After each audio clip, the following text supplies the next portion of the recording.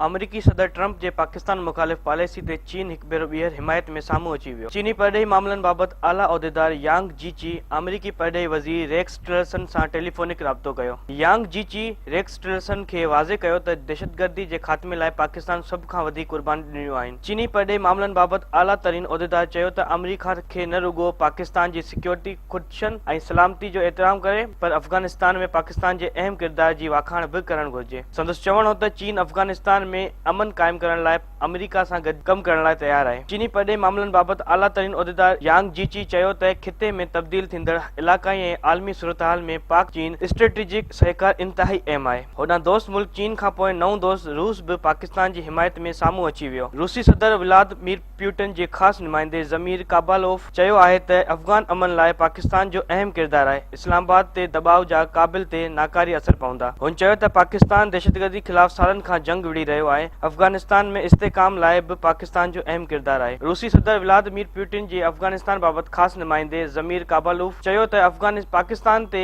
दबाव विझण सां अफ़गानिस्तान ते नाकारी असर पवंदा। ॿिए तरफ़ अॻूणे अफ़गान सदर हामिद करज़ई बि अमरीकी सदर जे पॉलिसी जी मुखालिफ़त करे छॾी आहे। हामिद करज़ई चयो त अमरीकी सदर डोनाल्ड ट्रंप जी पॉलिसी अमन ऐं अफ़गानिस्तान जे क़ौमी मुफ़ाद ख़िलाफ़ आहे। अमरीका खिते में रतोछाण ऐं झेड़ो न वधाए। हुन चयो त अमरीकी सदर डोनाल्ड ट्रंप जी पॉलिसी अमन ऐं अफ़गानिस्तान जे क़ौमी मुफ़ाद ख़िलाफ़ आहे। हामिद करज़ई चयो त अमरीकी पॉलिसी जो मक़सदु जंग ऐं अफ़रा तफ़री वारो माहौल पैदा करणु आहे। अॻूणे अफ़गान सदर अमरीका खे ख़बरदार कंदे चयो आहे त अमरीका खिते में रतोछाण ऐं झेड़ो न वधाए।